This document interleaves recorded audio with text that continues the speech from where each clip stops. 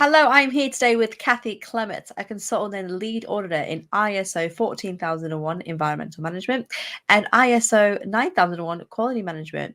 She's also head of Lareda's Assent training brand, and she specializes in working with small businesses, aiming to make the ISO certification process a little less daunting. Hi, Kathy, how are you? Hi, Jess. I'm good. How are you? Yeah, I'm good, thank you. I'm very good. So today we are discussing um, ISO 14001 Mhm. environmental management, and more specifically how ISO 14001 implementation is changing. Okay. Yes. So my first question is, why should organizations care about managing their environmental impacts? Okay. Well, obviously, organizations generally have a higher environmental impact than individuals do. So we're all aware of the little things we're doing as individuals. Plastic straws have now gone in the UK, and there's a whole host of other things coming out soon, and we're all being a little bit more conscious of those things. It can be difficult as a business because you do what you do and you do it day in, day out, and this is how we do things. But obviously, there are things you can catch and say, oh, actually, do I really need to be doing that? Could I be doing this better? Could our process be smoother? Could we use less water, less electricity, etc.? And the idea of all these environmental awareness initiatives is to point out that you don't actually, it's not just negative impacts an organization has. You can have incredible positive impacts. Mm. Um, Not only in what you do in the environment, but also socially. So having a big corporation, for example, say, actually, we are CO2 nil is fantastic because oh, okay, well, if you can do it, then maybe we can find ways to help the littler guys do it. Mhm. Um, so it's a whole host of things, not just, obviously there's a cost saving sometimes if you're doing things more efficiently, especially at the moment with the electricity and the gas prices and the water prices. But socially and publicly, and bringing people along with you, and of course avoiding those lovely lawsuits if you haven't got your permits and things. So Yeah, there's a always lot of helpful. reasons. Yes, there's a lot of reasons to be aware of your environmental impact. Wonderful. So, what laws currently affect UK organizations? Okay, so for me, there's a few big ones. Mhm. The biggest one I notice in my organisations I work with is what we call the WEE waste. So WEEE, so it's waste electronic equipment. Um, there's a lot of things inside electronic equipment that is not nice. And so when you are finished with, for example, my laptop, we send it off to a recycling scheme who take all those bits out and they recycle as much as they can, and all the harmful stuff they deal with properly so it doesn't end up getting into the environment. And of course that helps. There's huge initiatives at the moment about getting companies to donate old laptops for schools, so they're Mhm. refurbished and they're given to kids at schools that perhaps their families can't provide them with laptops, and therefore you're doing a double good there. You've got the environmental good and you've got the social good of Mhm. helping people out. So that's a big law at the moment. ESOS has been knocking around for a while. That's the energy efficiency sort of savings scheme that applies to companies over a certain size or over a certain turnover, and it's kind of like you do your tax returns. You have to submit an assessment of all your emissions and your energy usage and how that's affecting the company and how then it will affect the environment. Mhm. The SECR, that's an interesting one. That's another energy reporting, and it's to do with energy consumption and the greenhouse gas emissions that come with that. And it's a bit like a tax return. You put it through Mhm. Companies House. Euro 6 engines, that's a new one. Well, actually, it's not that new anymore. Euro 7 will probably come out sometime soon. So we used to seeing these huge lorries, big, ton Mhm. lorries, and the Euro 5s were huge for a long time. They were banned. Anything below Euro 5 was banned in London, for example, for a while. So the Euro 6 engines is a reduction in nitrous oxide or nitrogen oxide. Um, and they are so much more efficient. And so big cities like London tend to say, well, if you have anything less than a most recent engine, you have to pay a tax. Or, you have to have this charge, that charge. And new engines can only be built to the specification of Euro 6. And when Euro 7 comes out, they'll only be allowed to be built to Euro 7. And along comes with that, obviously, ULEZ, which was recently, and the congestion charge. Hmm. So let's reduce the emissions. And they're all things that sometimes, although companies will be aware of if they're working in cities, if you don't work in cities very often, like, for example, our company, our consultants tend to go by train to the cities wherever we can, because it's just, I mean, also, if you don't live in a city, you generally don't want to drive in a Hmm. city. The emissions are there to help control the charges are there to help control those emissions and try and reduce people coming in. Yeah, wonderful. And I'm guessing that ISO 14001 kind of helps you understand all these laws and then adhere to them as well. Yeah, so the idea of 14,001 is it's a gentle introduction to these things. It's, Hmm. you know, we make little improvements and we look at what we can do now and what we can do in a year and what we can do in a few years. So the 14,001 really does help bring you in sort of gently. So it shows you, look at all these things you can do, but let's not panic and try and do them all straight away. Let's do it bit by bit. And of course, having a consultant to guide you is essential. Yeah, wonderful. So how is the landscape changing? So the main thing people are aware of at the moment is we've just had the COP26, or I say just had it probably this time last year now. I mean, I've lost track with everything else going on. But interestingly, did you know that COP means Conference of Parties? I didn't know that. So there's something new for you today. There we are. And that's the United Nations Climate Change Conference. Yeah, I think where 27th next month, isn't it? 27 is next month, 6th Yeah. to the 18th of November, and it's in Sharm el Sheikh this year in Egypt. So that brings obviously the huge industries of the United Arab Emirates into it. So that's going to be really fascinating.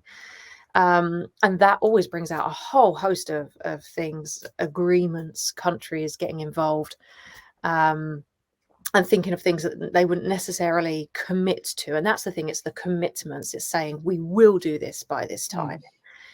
They're largely air pollution and water usage and water pollution and emissions and that kind of thing. But the main change I think our companies would notice here in the UK really would be that awareness that these conferences bring and the change in technology. So obviously there's two angles to that. There's things like laptops being more efficient and using less energy and having less harmful things in them. But there's technology that helps us be more environmentally friendly. So there's lots more now about how we can make bioplastics. So they are made from wheat, etc.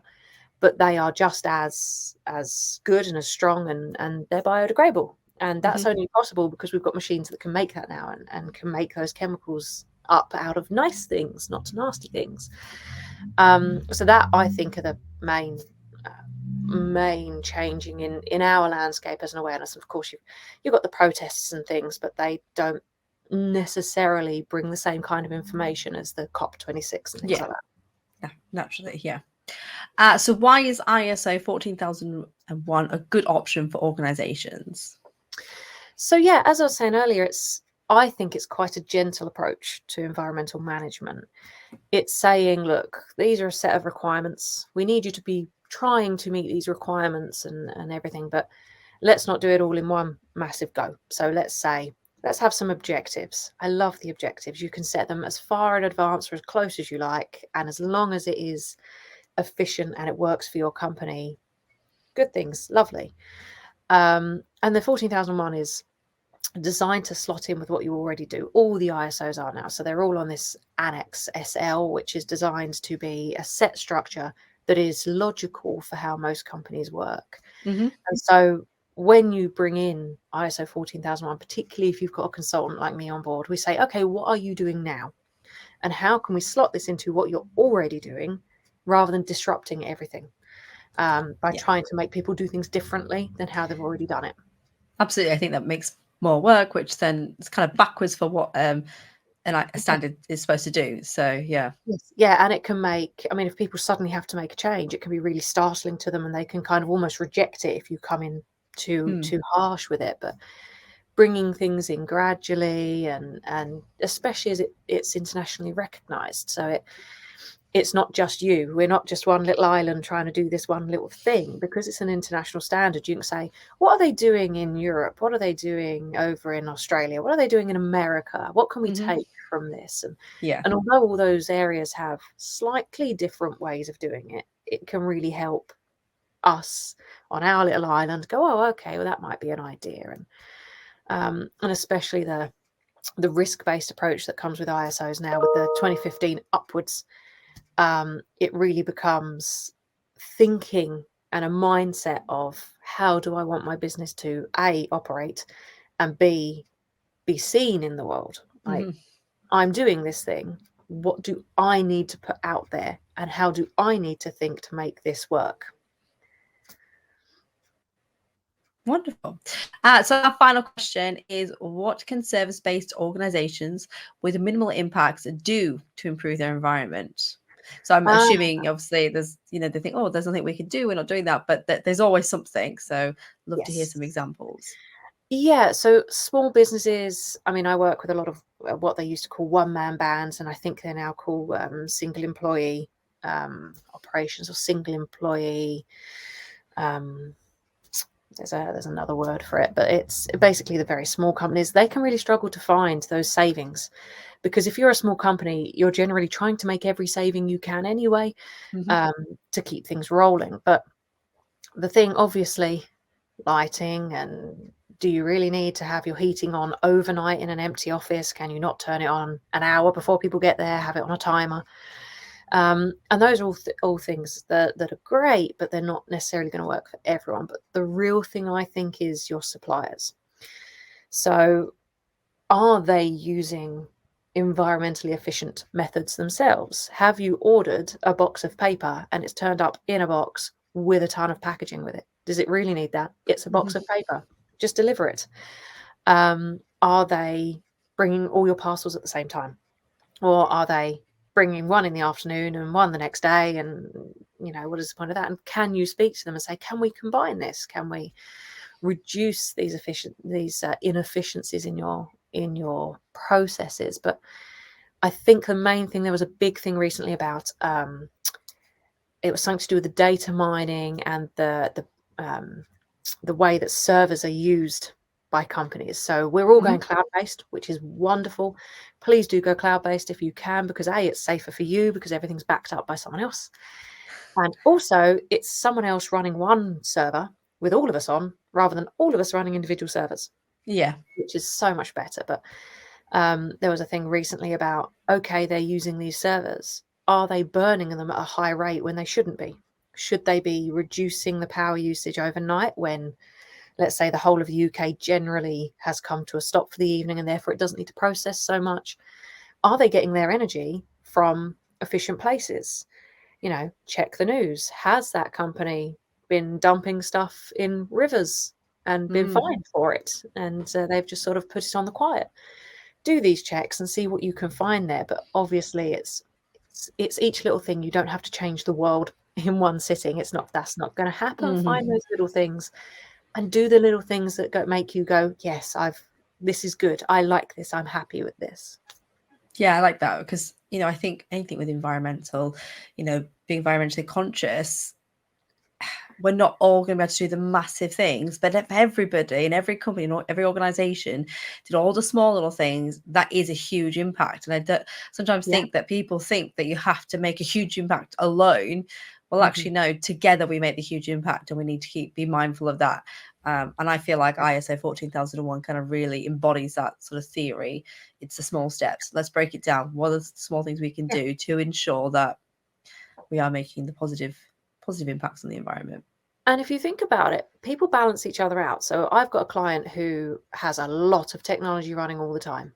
I also have a client that only works during daylight hours. So they adjust their shifts throughout the year to be using daylight hours. And that means they balance each other out. Which is really nice, because you sort of look at that and you go, okay, they don't know each other, but I do, and I know they're balancing each other out. Yeah, exactly. Yeah, that's it. That's a really good way to put it. Well, thank you very much for your time. I really appreciate it. I very much enjoyed this chat. So thank you very much. Thank you very much, Jess.